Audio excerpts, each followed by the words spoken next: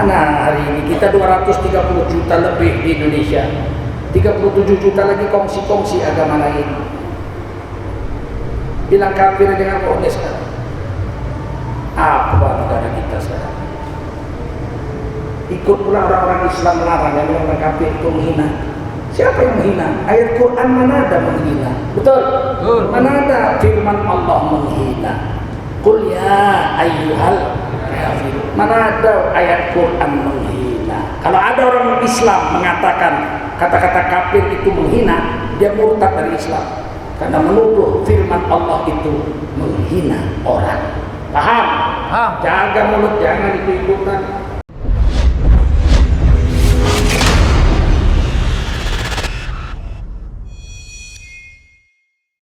Suatu hari Abdul Muthalib membawa anaknya Abdullah, bapak Rasulullah, ke Madinah melamar seorang istri untuk Abdullah, namanya Ibunda Aminah binti Wahab, seorang wanita Bani Najjar, orang Madinah yang sangat agung. Waktu melamar Aminah mau nikah, di samping Siti Aminah ibu Nabi ada wanita cantik, muda. Ditanya sama Abdul Muthalib, kamu siapa? Kalau orang Sumatera Utara bilang pandongan itu.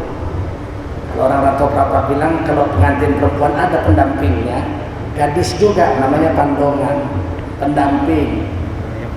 Apa namanya kalau di sini? Dayang, bukan dayang lah, kawannya atau saudaranya juga. Maka Abdul Muthalib tanya, kamu siapa? Saya Hana, sepupunya Aminah. Sudah kawin? Belum. Kalau begitu, maukah kau kawin dengan aku? Ditengok oleh ibu Hana. Abdul Muthalib ganteng, kakeknya Rasul, tinggi besar, tampan. Mau? Padahal waktu itu Abdul Muthalib umurnya 80 tahun. Maka menikahlah dua-duanya di situ. Sayyid Abdullah bapak Nabi nikah dengan Siti Aminah, Abdul Muthalib nikah dengan Hana. Pulang sama-sama bawa istri. Yang satu umur 25, Sayyid Abdullah, Abdul Muthalib umur 80. Sama-sama punya anak. Selisih hari aja. Anaknya Abdul Muthalib namanya Sayyidina Hamzah. Anaknya Sayyid Abdullah Muhammad Rasulullah SAW. Berbeda hari sedikit dan sama-sama disusukan oleh seorang wanita yang sama, yaitu budaknya Abu Lahab, namanya Suwaibah. Jadi Nabi dengan Sayyidina Hamzah sempat satu susuan beberapa hari, sampai datanglah wanita dari pegunungan Bani Sa'ad bersama suaminya Abu Zaid. Diambillah Nabi dengan wanita ini, namanya Halimatus Sa'diyah, disusukan di pegunungan Bani Sa'ad dan dipelihara sampai umur 6 tahun di pegunungan Bani Sa'ad. Tidak ada satupun orang yang menghina Abdul Muthalib menikah umur 80. Kenapa ulama kita Profesor Dr. Ben Samsudin nikah umur 60-an dimaki-maki, dihina? Padahal itu kan syariat Islam. Menghina syariat Islam, benci dengan nikah, sunnah Nabi, dicoret Nabi bukan umatku. Betul? Kenapa berani kita menghina? Cerai, A'agim cerai, ribut. Dulu waktu A'agim nikah lagi ribut seluruh Indonesia, dimaki-maki. Sekarang dia cerai, ribut. Nah, ulama kok cerai? Ulama nikah nggak boleh, ulama cerai nggak boleh. Ulama itu harus, kalau istrinya nggak beres, harus dibina supaya beres. Namanya ulama. Udah lebih pandai kau dari ulama. Ulama lah yang dia sendiri lah yang tahu keadaan rumah tangganya, betul? Cerai itu syariat Islam. At-talaqu marratan, itu cerai ada dua kali. Itu kan Quran yang bilang itu cerai 2 kali, boleh cerai dan tidak haram. Abghadul halal indallah at-talaq. Perbuatan halal yang Allah benci adalah cerai, berarti halal. Apakah orang yang bercerai itu aib? Tidak. Nabi Ismail cerai. Nabi Ismail datang Nabi Ibrahim bilang ganti kosen pintu kau ini melalui istrinya. Artinya apa? Ceraikan istri kau ini, gak beres, diceraikan. Nabi Ismail menceraikan istrinya atas perintah bapak beliau Nabi Ibrahim. Berani bilang Nabi Ismail gak beres? Berani? Nabi Muhammad pernah menceraikan istrinya, Siti Hafsah binti Umar bin Khattab radhiyallahu anhuma. Dinikahi Nabi, Siti Hafsah jadi istri Nabi. Kemudian diceraikan Nabi. Kemudian dirujuki Nabi. Berarti nikah itu sunnah Nabi, cerai itu sunnah Nabi, rujuk itu sunnah Nabi. Tiga-tiganya itu syariat Islam. Betul? Kenapa dicaci? Banyak PKI di negeri ini. Nggak sadar orang Islam dicuci otaknya, benci dengan syariat Islam. Orang nikah dibencinya, orang nikah dihinanya, orang cerai dihinanya, orang rujuk balik lagi, rujuk lagi, rujuk ke syariat Islam. Giliran artis berzina, dia aja dia biasa, namanya artis biasa. Emang kalau artis berzina sunat muakkad hukumnya? Hah? Sunat muakkad apa haram? Apa bedanya ulama sama artis? Kalau dia berzina sama-sama berdosa kok, betul? Lebih baik dia nikah. Nggak mau dia nikah, beredar videonya kemana-mana, masih dipakai juga, masih dipuja-puja juga. Ini banyak rusak otak orang Islam. Copot baru otaknya 3 itu goncang. Sama agamanya sendiri benci, sama orang yang menjalankan agamanya dia menghina. Giliran orang menghancurkan agamanya, dia diam saja. Jangan sampai yang duduk dan mendengar ceramah ini berada dalam golongan orang-orang yang mencaci maki agama dengan sengaja karena mengikuti nafsu bejat yang ada di hatinya. Siap? Siap. Saya prihatin betul. Bencong dibela, pezina dibela, dijaga polisi. Ada lonte ketangkap, 1 kali main 80 juta, masuk koran, sudah ditangkap polisi, sudah dipanggil polisi diperiksa, dan sudah ditahan celana dalamnya. Iya. Pezinanya lepas celana dalamnya dijaga. Untuk apa celana dalamnya ditahan?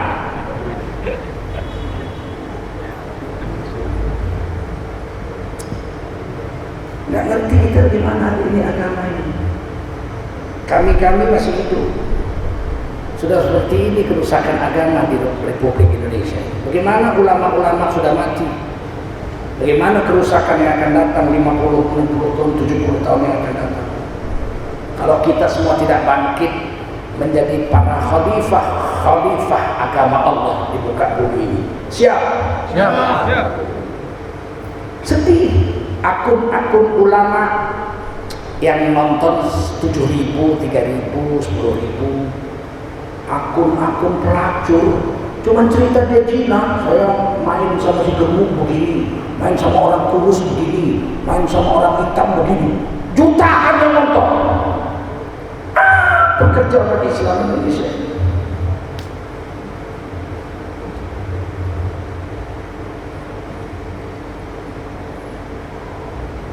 Gimana agama mau hidup di negeri ini kalau begini model kita orang Islam?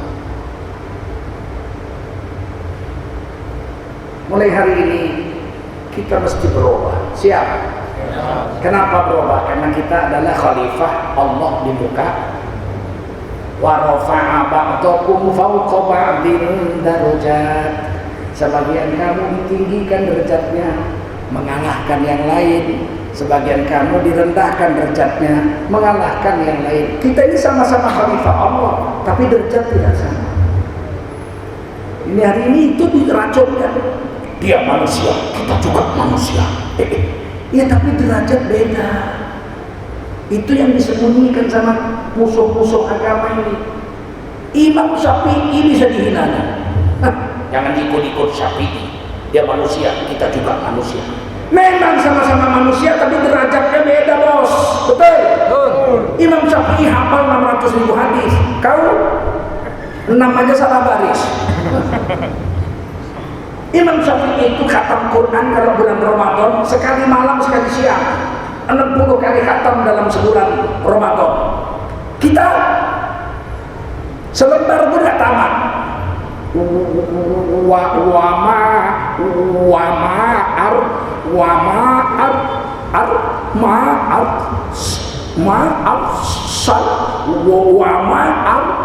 Pingsan dulu, masuk rumah sakit, darah tingginya kumat. Merasa kita sama Imam Syafi'i sama, tak tahu diuntung manusia. Kita sama-sama khalifah Allah, wajib beragama Islam, menjalankan agama Islam dan mendakwahkan agama kepada semua orang. Tapi derajat tidak sama di antara kita. Ada yang jadi nabi, 124.000 nabi, 313 rasul, 25 rasul pilihan, 5 rasul ulul azmi, 1 sayyidul anbiya wal mursalin. Ada yang jadi ulama, al-ulama warasatul anbiya. Pewaris nabi itu ulama. Tidak semua kita jadi ulama. Ada yang menjadi penghafal Quran, qari, penghafal Quran, hufaz. Para hafiz Quran itu sama dengan kita itu derajatnya? Enggak sama. Nah, dia masuk kubur, enggak berani kuburan itu, tanah itu memakan jasadnya sampai hari kiamat. Karena dia hafal Quran. Tak busuk mayatnya sampai hari kiamat. Kita 4 hari meletus, bro. Kita lebih banyak baca Quran daripada baca Quran. Penghafal Quran itu dikubur tidak busuk jenazah. Sama dengan kita itu? Tidak sama. Sama-sama khalifah, betul, derajat tidak sama.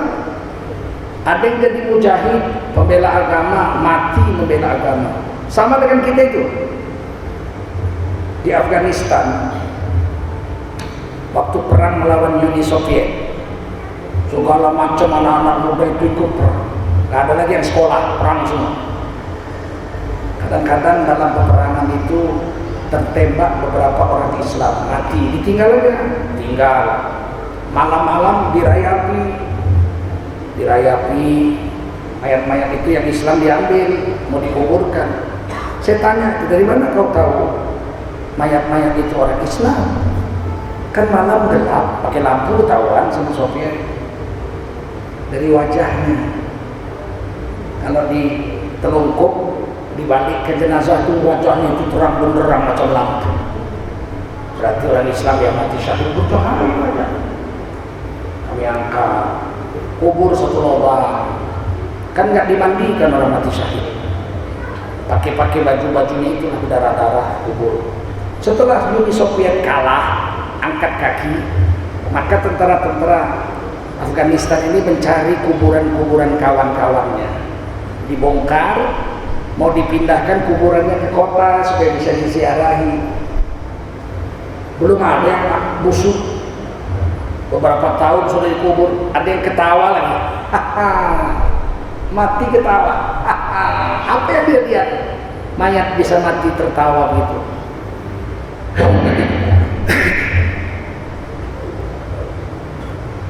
Kenapa orang-orang soleh matinya tersenyum atau tertawa? Karena dia sudah melihat surga ketika nyawanya dicabut. Falaula idza balaghatil hulqum wa antum hina idzin tanzurun. Saat nyawa manusia sudah sampai di lehernya hampir mati, ghar-gharah sakratul maut. Pada saat nyawamu sudah sampai di kerongkongan hampir mati. Wa antum hina idzin tanzurun. Saat itu kamu sudah melihat tempat yang akan kau tuju setelah matimu.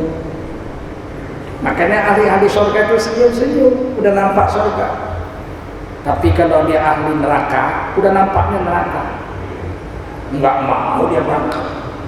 Kata malaikat, ayo berangkat. Ditinju malaikat wajahnya. wa yadribuna wujuhahum wa adbarahum, ditinju wajahnya, ditinju punggungnya, muncrat darah dari kuping, dari matanya, dari hidungnya, dari mulutnya keluar darah, ditinju malaikat, cabut nyawanya dengan sekuat-kuatnya, matilah dia dalam keadaan menyeringai kesakitan. Itu yang bilang Quran surah Al-Waqiah itu dan hadis-hadis Rasul. Samakah derajatnya mujahid dengan kita? Sama. Jangan merasa kita semua sama-sama manusia. Sama-sama manusia, tapi ada yang kafir, ada yang beriman. Betul? Ada yang soleh, ada yang bejat. Betul? Ada yang ulama, ada yang gembel. Tak sama derajatnya itu.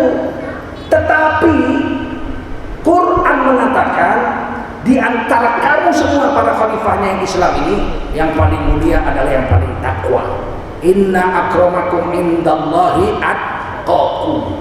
Meskipun kita orang bodoh, tidak ulama, tapi kita takwa, jalan di atas rel agama ini, kita mulia di sisi Allah SWT. Paham? Meskipun ulama, hafal Quran, hafal hadis, kalau bejat ulama tapi korupsi, tangkap sama polisi, di pengadilan ditanya, Anda mencuri?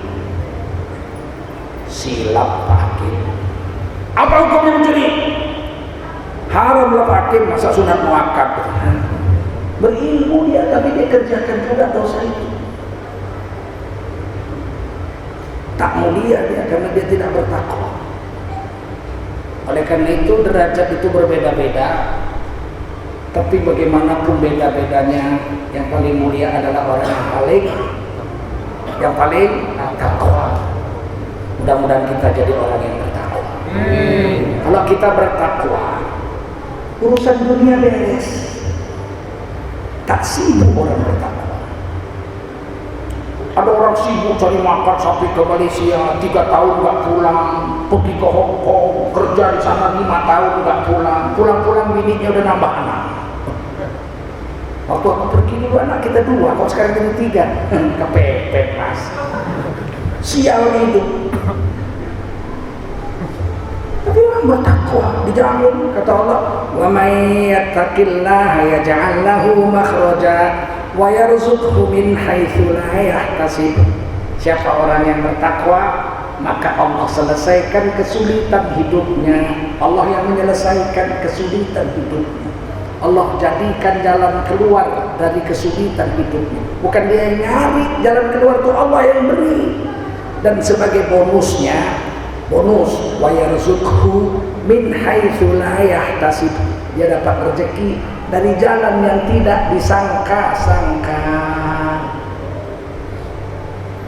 Siapa memberi rezeki? Siapa? Allah. Innallaha yarzuqu man yasha' bighairi hisab. Sesungguhnya Allah memberi rezeki kepada siapa Allah mau tanpa perhitungan banyak. Orang bertakwa, kesulitan hidupnya dibereskan Allah dan rezeki diberi. Ini ada satu kisah nih tentang ayat ini, disebut doa 1000 dinar. Apa namanya? Ada sebab. Satu hari sahabat Nabi miskin, tidak ada makanan, tidak ada duit. Habis sholat zuhur, dia pulang ke rumah, dia bilang sama istrinya, ada makanan? Tidak ada. Duit pun tak ada. Kan abang yang cari makan, aku pun lapar juga, kata istrinya. Kata suaminya, ya udah kalau begitu aku minta tolong dulu sama Allah. Dia berwudu dengan sempurna, dia datang lagi ke masjid, siang-siang habis zuhur, dia sholat 2 rakaat, dia doa, ya Allah, berilah aku rezeki untuk makan. Hari ini tidak ada duit, tidak ada makanan.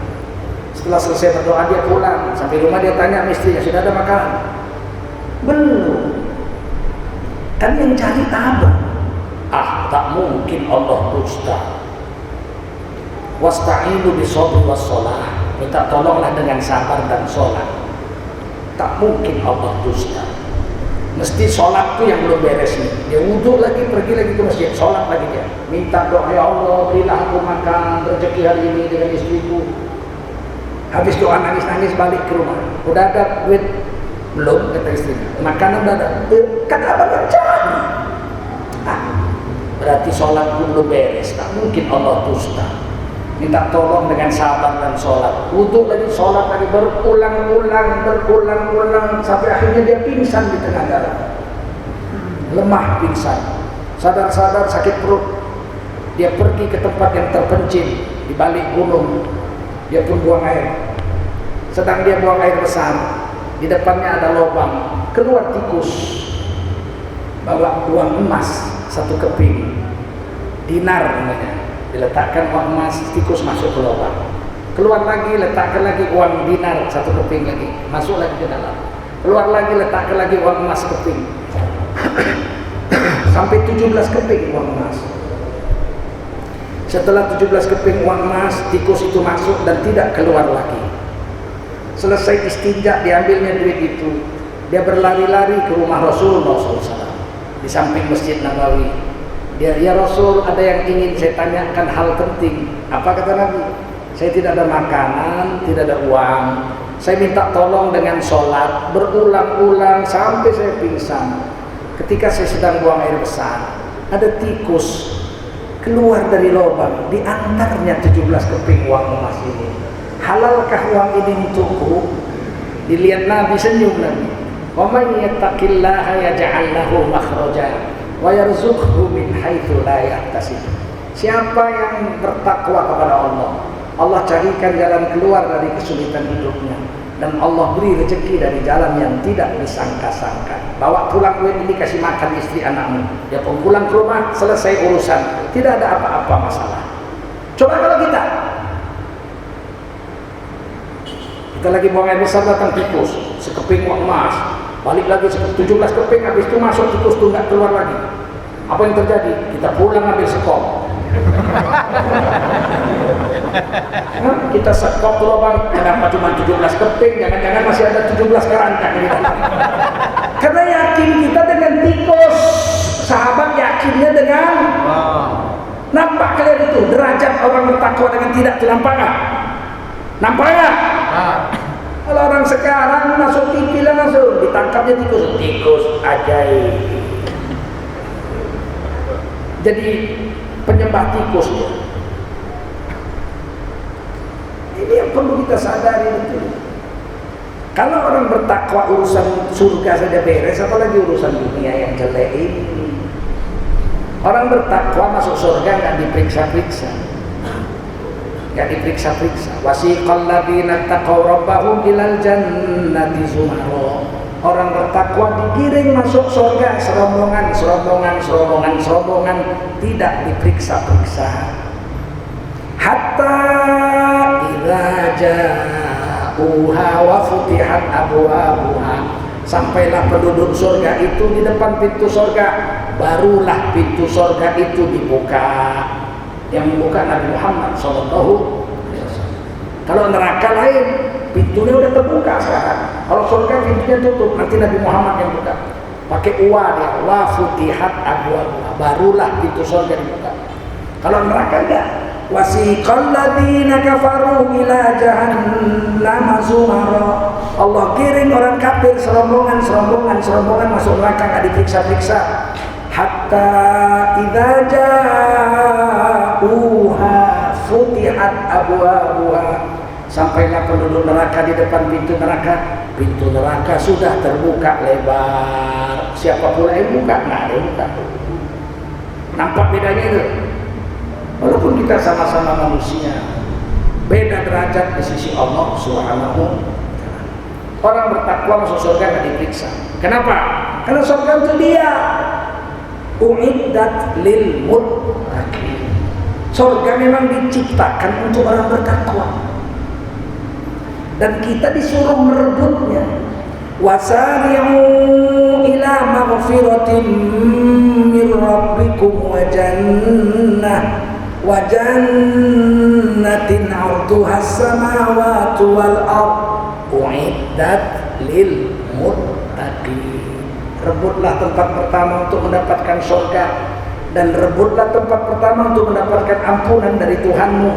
Rebut tempat pertama untuk dapat surga, yang mana luas surga itu seluas seluruh langit ditambah seluruh bumi. Tapi surga itu diciptakan untuk orang-orang yang bertakwa. Sedangkan orang kafir masuk neraka. Kenapa? Karena neraka untuk orang kafir. Fattaqun naral lati waquduhan nas wal hijarah uiddat lil kafirin. Takutlah kamu dengan neraka yang bahan bakarnya adalah batu dan manusia, yang dijanjikan Allah neraka itu untuk orang-orang kafir. Orang-orang yang kuat, orang-orang kafir. Bilang kafir jadi larang sekarang. Nah, hari ini kita 230 juta lebih di Indonesia, 37 juta lagi kongsi-kongsi agama lain. Bilang kafir dengan boleh sekarang. Apa negara kita sekarang? Ikut pula orang-orang Islam melarang, yang orang kafir itu menghina. Siapa yang menghina? Ayat Quran mana ada menghina? Betul? Mana ada firman Allah menghina? Qul ya ayyuhal kafir. Mana ada ayat Quran menghina? Kalau ada orang Islam mengatakan kata-kata kafir itu menghina, dia murtad dari Islam. Karena menuduh firman Allah itu menghina orang. Paham? Jaga mulut, jangan ikut-ikutan. Jangan ikut-ikutan kita membenci Islam, padahal kita orang Islam. Inilah gunanya ngaji nih, bukan pola pikir.